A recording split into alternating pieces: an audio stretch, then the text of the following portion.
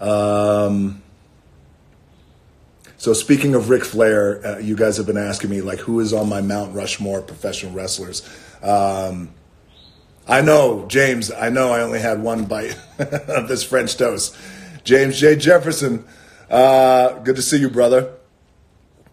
My wrestling Mount Rushmore would be the immortal Hulk Hogan, the Nature Boy Ric Flair, the Texas Rattlesnake Steve Austin, and that fourth person I always kind of keep blank because I vacillate back and forth between Nature Boy Buddy Rogers, Bruno Sammartino, Randy Macho Man Savage, Dusty Rhodes. You know, it's hard to kind of quantify because for me, you always want to pick people who have had the most impact on the wrestling business, who move the bottom line, but also, most importantly, they just had this intangible and this X factor where they could connect with a crowd and connect with an audience. And the bottom line is, with those three individuals that I mentioned, Hogan, Austin, and Flair, they really moved the company's bottom line. They moved the NWA's bottom line, the WWF and the WWE's bottom line.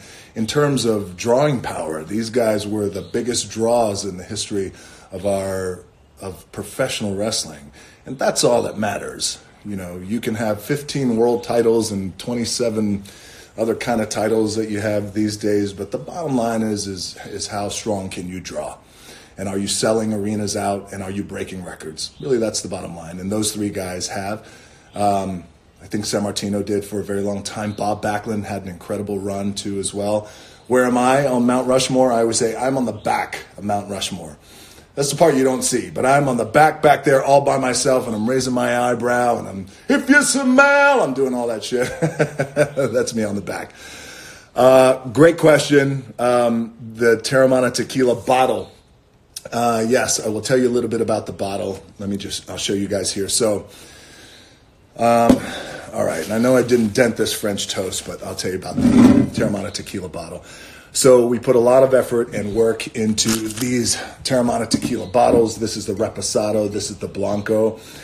And so what I wanted to do was I wanted the bottle to represent its founder, myself. Broad in the shoulder, little narrow at the hip. Depends on how much cheat meal I have and how much tequila I drink. A little bit wider in the neck, little thick neck here. But also for the bartenders out there, I wanted them to be able to grab on to the bottle here and be confident in grabbing it and make it feel like they're grabbing something substantial. And they're pouring, and wanted to make it easy for them. And I also wanted to create a bottle that wasn't your typical tequila bottle. And so I came up with this design, and it seems like a lot of people out there like it. And I'll give you a little tutorial on Teremana. Yes, Simi, we are soon, as soon as we can. So I'll give you a little bit of information, but here on the front of Teremana Tequila, you will see, so here are the blue agave. These are the agave fields. I don't know if you guys could see it right here. These are the agave fields in Jalisco, Mexico. These are our agave fields, our Teremana agave fields, high in the mountains of Jalisco. Our tequila is made at approximately, I think, about 7,500 feet up in elevation. And there's a lot of cool little details here. So I don't know if you guys could see that, but right over here in the corner, and it's really subtle. This is the copper pot stills that we use. So in the world of tequila making, I go back a few years ago. I wanted to create a tequila. I have my palate for tequila is it's of a pretty decent quality. So I started with the tequilas that I loved. This was about 5 years ago, and I used that as that was going to be our reference. So I wanted to make sure that the tequila was made of the highest quality. And as I started to understand the process of making tequila, you realize that the highest qualities, the most expensive tequilas, they use copper pot stills. So right there in the corner, there's our copper pot stills that we have at our Terramana distillery. And this embossment of Tijasi, well, somebody else will make that movie. But anyway, yeah, I was fascinated by that. No, I have not put a dent in this. Been drinking. We all know who was wrong, James. Yes, can't wait for the Smashing Machine 2 as well. Smashing Machine, I think, as a lot of you guys know, that is a documentary that I saw, and I cannot wait to make that movie. It's based on one of the founding fathers of MMA and UFC. His name is Mark Kerr, heavyweight, who had just gone through an incredible journey in his life of addiction, being down, depression, and then being the greatest in the world. He's still alive today, and I can't wait to make that movie. All right, so we're going to wrap this up because I got about half a bottle of Terramana that I'm going to kill. And so before we do that, let's see. Is there anything else? What's up, Sadiq? Good to see you, brother. Keep working hard. I know you are. Thank you for watching my movies. I appreciate it. Love you back. Thank you. Who would play The Rock if there was a movie about your life? No idea. I have no idea. I think it would have to be me. What's your secret talent and skill that no one knows that you have? My secret talent? Well, let's see. Well, I can't really show you because it leads to making babies. Guys, it's just a tequila talking at this point. It's just a Terramana talking. So this thing says that I have 7 seconds remaining. I just want to see what happens. Thank you for bearing with me. It's the very first time I've done IG Live. Who knew? You have a limit, a time limit when you do this shit. Okay, well, now I know. Britt, Cree, Maya, thank you for letting me know that there is a time limit on this. I think that's it. Let me just look at some of the questions. I've thoroughly enjoyed this time with you guys. We will definitely do this again. And I think next time what I'm going to do is actually skip the cheat meal because I didn't do shit with it. And just going to go right to the Terramana because I know you guys want to do that too. Like, let's just get right to the alcohol because we need it.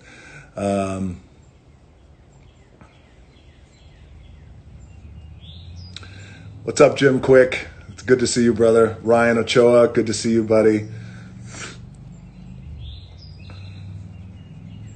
I love your stuff, Jim.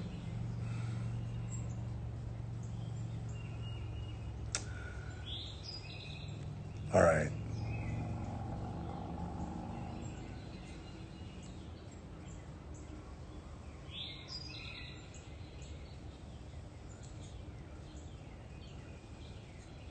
All right, here we go. Warner Brothers, Universal, Sony. I try to Netflix. I try to make movies that gives us the greatest opportunity to serve as many people around the world as possible, and that's really important to me.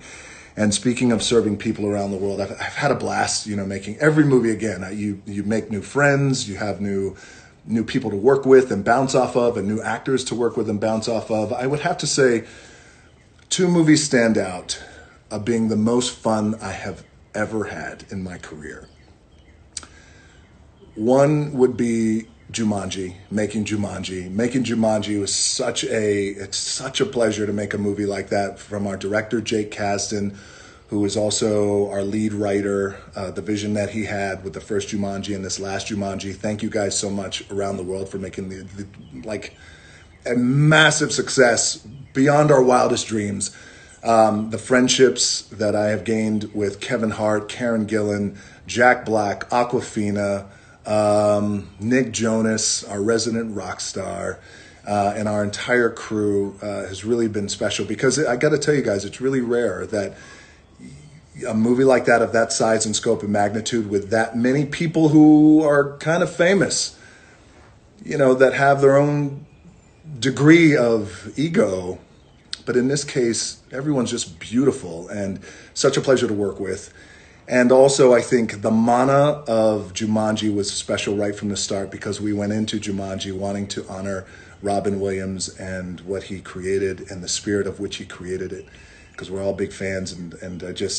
The movie exceeded all of our expectations, and it turned into this billion-dollar franchise that I'm just so grateful. But I also had the best time. I have the best time shooting Jumanji. The other movie that I had the best time shooting is Jungle Cruise. It's just, I've had the best time. Jama Colette-Serra, our director. Of course, Emily Blunt, who is just spectacular in the movie and would become, she's just such a cool friend. And I love her and her family, and our families are close. And Violet and Hazel, her kids, and John, her husband. So we love them, and I love her, and had the best time. Jungle Cruise and Jumanji. So those would be my favorite movies that I've ever made. Fast and Furious. I have the best memories about Fast and Furious because just creating that character Hobbs is one of my favorite characters to play, because it's such a direct extension of who I am. Of just me and my DNA. Really, I always felt like Hobbs was just a version where you take Dwayne Johnson, you turn up the volume, the treble, the bass, add some hi-hats, add some some crushing cymbals, and you get Hobbs.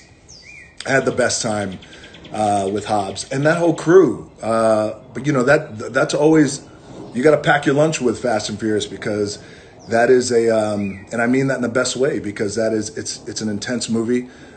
We had a lot of laughs on Fast and Furious every time I shot, and I shot 4 of them, Fast 5, 6, 7, and 8. A lot of laughs, a lot of intensity, and a lot of opportunity to tap in to some rage on those movies. So I always have very, very fond memories of those movies. All right. James Jefferson, Team Idris. Oh, shut up, James. Idris, I hope you're feeling good, brother. I love Idris, by the way. Idris Elba, he was amazing to work with. Just a phenomenal brother, and I can't wait to work with him again. He's great. All right, what do we got? Andrew Jenks, good to see you, buddy. Best Brian Gerwert story. This is going to be good. Ileana Sua, hey, what's up, my daughter, my movie daughter, Jason Hodis, what's up, brother? Greg Kittle in the house, what's up, my man? Enjoy your Terramana. Greg Kittle, the tight end, the people's tight end from the San Francisco 49ers, I saw him at the Super Bowl. I had 1 bottle only of Terramana Blanco, literally fresh off the conveyor belt. They only made 1. Out of Mexico from Terramana Distillery, because we were still months away from opening, and I just had my 1 bottle. This was it. I brought it with me to the Super Bowl. And I was so excited to finally meet Kittle, because he's the people's tight end. He had such an incredible season. And we take our picture together, and he's like, dude, is this your Terramana? I was like, yeah, brother. He's like, can I have it? And everyone's looking at me, and he's looking at me, and I'm like, fuck yeah, you can have it. You take that Terramana, brother. He's like, yeah, and he runs off with the Terramana, and he starts drinking it that night. He's like, it's delicious. And I love that. And then when he left with the Terramana, my whole team was looking at me like, all right, well, there goes your word. Jesus. And I was like, it's all right. All right, you give it, when my man asks for it, he's got it. He's the people's tight end, and I'm the people's champion. He gets the first bottle of Terramana. Then we made 2 other bottles for, and then Oprah got the first Reposado bottle too.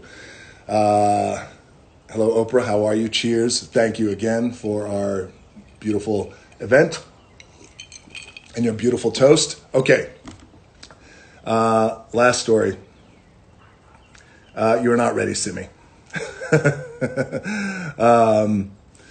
Kittle, let's fucking go. Yes, my man. All right, so I'll give you one Brian Gewirtz story because you asked, Andrew Jenks. Right now, Brian Gewirtz is sweating. There's heart palpitations. All right, Bro Bible, good to see you, brother. Found out how WrestleMania would end. Wait, come back to me with that question, Bro Bible. I missed it. So Brian Gewirtz story. This is a good story. Now, even though you guys right now are going, who the fuck is Brian Gewirtz? Brian Gewirtz is our VP of television programming for $7 Productions. Brian Gewirtz, just so you guys know, and you'll appreciate this about him, we look like twins. He is. I'm kidding. We could not look any more opposite. But he's one of my best friends and one of our most brilliant executives. So just so you guys know, so Brian Gewirtz was the lead writer for the WWE for many, many years. And before WWE had writers, I did a thing at a pay-per-view at SummerSlam in 1999. I'll never forget it. And we were in, I think, Minneapolis, Brian was working for MTV, and I did a thing with MTV. It was like a cross-promotion, WWE and MTV. I met Brian then. He was a producer of the spot. He worked for MTV, and I really liked what he was saying, and I thought that I liked some of the things creatively that he was coming up with, and I thought, you know what? I said, is there a version where you and I continue to work together? I would love to pull you into the WWE, and let's work together. It feels like you love pro wrestling. You have a good handle on my character, The Rock. Let's do some stuff. Let's see how it works. And if it doesn't work, then all right, fine. No harm, no foul. You could leave, go back to MTV. So I went to Vince McMahon and I said, I think this would be a really, he could be a valuable asset for us. Let's bring him on. So we bring him on. Of course, it does not work out at first because the wrestling business at that time was not ready to absorb having a writer. And I understand, but I also felt like there was a need in pro wrestling to expand and evolve. So the more minds, the better. I don't give a shit where the ideas come from. They could come from MTV. They could come from around the world. They could come from someone who works in waste management. I don't give a shit. Just bring me the good ideas. Best idea wins. So I started working with Brian. We kept him on, and we worked closely together, me and Brian. Now, eventually he became the WWE head writer for many, many years. Cut to Survivor Series 2012, I believe it was. 2011. I can't remember when it was, but it was my big return match back into the WWE. It was a tag match. Myself, John Cena was my partner. We were going up against the Miz and Ron Killings. And it was a huge event. It was my big return, Madison Square Garden, a place that I started my career. I literally had my first match in the WWE in Madison Square Garden, home away from home. New York City embraced me like their son. That just launched my career and thus launching my love affair with New York City and the relationship I have with them. So we're in the back and I'm doing my promo. And all of this, by the way, is on YouTube. So enjoy this when you watch it back. It is the promo that I delivered backstage right before I'm getting ready to go out in the ring. I'm backstage, Madison Square Garden, boom, we go live. I'm cutting my promo. I asked Brian Gewirtz, and by the way, I should back up. Every Rock promo that eventually became popular, iconic, every saying, if you smell, it doesn't matter. I mean, every promo that ever done, the Martin Luther King promo, the it doesn't matter promo, I mean, you name it. Brian and I wrote, and Brian, myself, and Hiram, who's the president of $7, we work collectively and we're always writing together. So the promo backstage, I'm cutting the promo. I asked Brian, I said, Brian, I want to include Frank Sinatra's New York, New York in this promo. Start spreading the news, right? I said, I don't know where I'm going to go with it, but I feel it. It's New York. It's my return. And I said, just write down, if I can make it here, I can make it anywhere. It's up to you. And I said, write down a few other just words like Little Town Blues, and something else, but they were all referential to the song. And I just needed a line or two. And I said, write it on the paper, stand over there by the camera, and if I need it, I'm going to look at it, and then I'm going to pick up on whatever line, Little Town Blues or whatever it is, I'm going to pick up on it. And I'm going to say it. But just stand over there and hold that paper up in case I need it. He's like, I got you.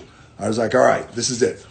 The promo's on fire. I am on fire. I used a reference that Dusty Rhodes referenced, who's one of the greatest promo talkers of all time, and he was one of my heroes.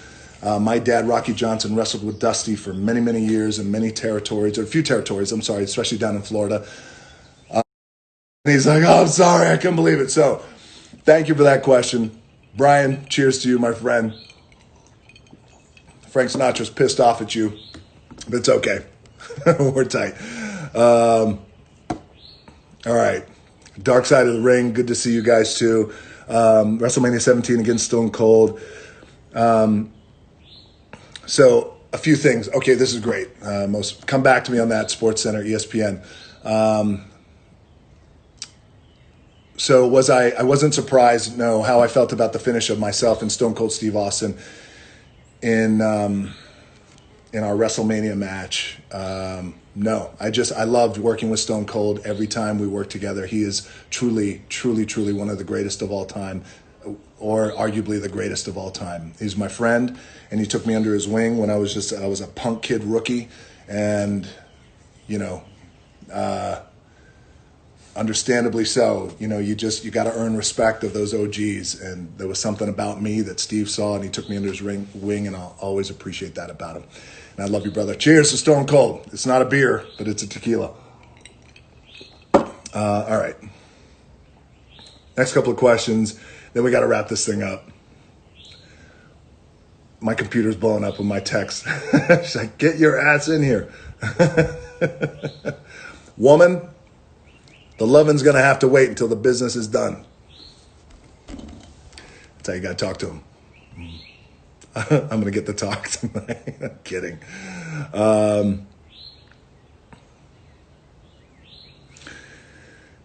Pete Berg, good to see you, brother. Do not go gentle. Never, ever. Do not go gentle. Pete Berg was a great director and still is. By the way, we directed The Rundown. We worked together on The Rundown together. We got to do something else in the future. I look forward to it, Pete. What can I share with you guys about, that's a good question about Young Rock. So Young Rock is a TV show that is with NBC, and Seven Bucks is producing, and it is a story about my life growing up, my years as an adolescent and teenage years, and just I had the wildest time growing up. And many of the stories are documented. Buying my first car from a crackhead in Nashville, Tennessee when I was 15 years old. To everything, and there's so much to go through, but I can't wait for that. We are currently casting, and by the way, it's been very difficult actually to find who's playing the young me, but we are looking hard, and we can't wait. So the scripts are almost done, and we can't wait to get going and start shooting that. All right, last question. Let's see. Who gets the last question here?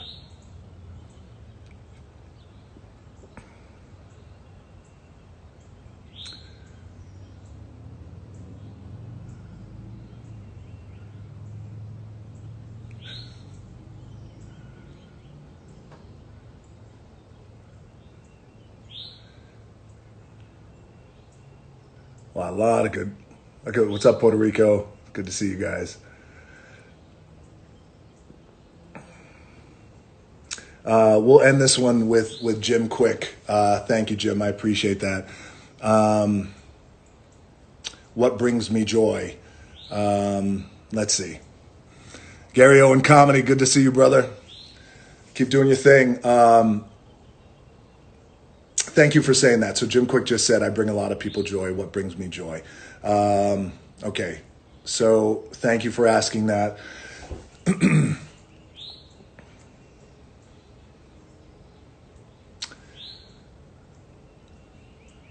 My family brings me joy. My family, my babies, my wife, the people who I keep around me. I keep a very small, tight-knit group around me. They bring me joy. My work brings me joy. It truly does, because everything that I do, I want to make sure that I feel deep in my bones, and it's an extension of me, whether that be in film and television, Terramana Tequila, some of the other investments and the things that we're developing and doing. So that brings me joy.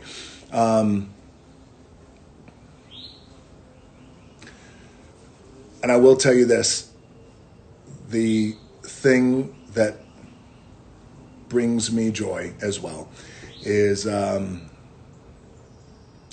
people. People bring me joy. I believe in the good in people, even though there's a lot of bad out there in the world, and it can be often magnified, when it's showcased through the media, and understandably so. But people bring me joy, because I have found over time that, you find inspiration and a quality in places that sometimes you never would expect. So the life that I have today is not a life that I expected to have. I didn't expect to be famous, and that wasn't ever part of my desire. My desire was truly, honestly, my desire was not to be poor. I didn't want to be poor. I was tired of being broke, and we got evicted, and I just didn't want that to happen anymore. And I felt like I could control things, my outcome of my life, to a certain degree with the work that I put in with my own two hands. But the point about finding motivation and quality in the human spirit is something that I've realized over time, because the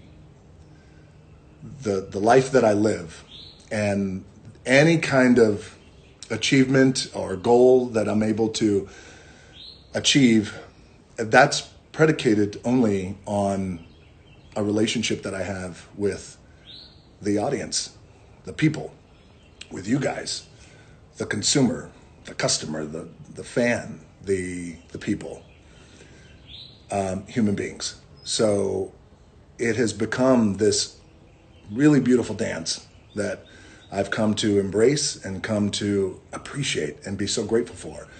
Because whether it's buying a ticket to a movie, or whether it's, buying workout gear, or just this kind of connection where nobody's buying anything, and it's just you and I connecting, and we're talking, and I'm telling you stories, and some of the, being entertaining or trying to share stuff, life lessons, and you guys are talking back, in this kind of engagement. I truly find joy in this. I really, really do, because I don't take for granted the life that I have, and I'm very, very grateful for the life that I have, but also really grateful. And I know that it's in order for me to have the life that I have, we have to have the relationship that we have. And you know what's funny is, and thank you again, Jim, for asking this, is I always say, look, if you strip it all away, you strip everything away, strip it all away, strip it all away right now, strip it all away. And I know what it's like to have, to live paycheck to paycheck and live in, trailer parks and places like that. Look, because there was a time where I wasn't famous and no one really gave a shit who I was. You strip it all away. You strip it all away. It will always still come down to relationships to me. It will always come down to relationships. Life comes down to relationships. The relationships that I have with my loved ones and my babies. The relationships that we have together, that I have with you guys. So strip it all away. This is all that's left, truly. So with that, this has gone on, I think, a lot longer than I anticipated, but that's okay. I enjoyed this.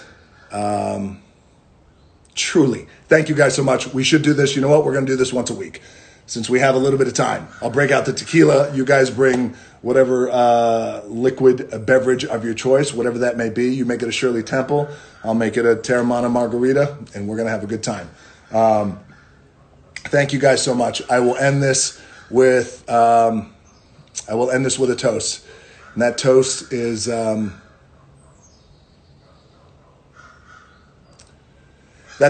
to you guys.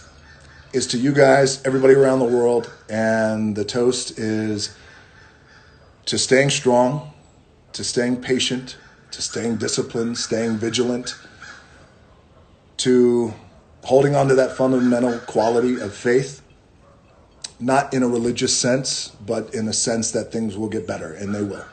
They will get better. And cheers to resilience. All right. Love you guys. That's good. It's damn good. All right, guys. Thank you. I love you. And I will see you soon. Thanks for hanging out. Chat soon.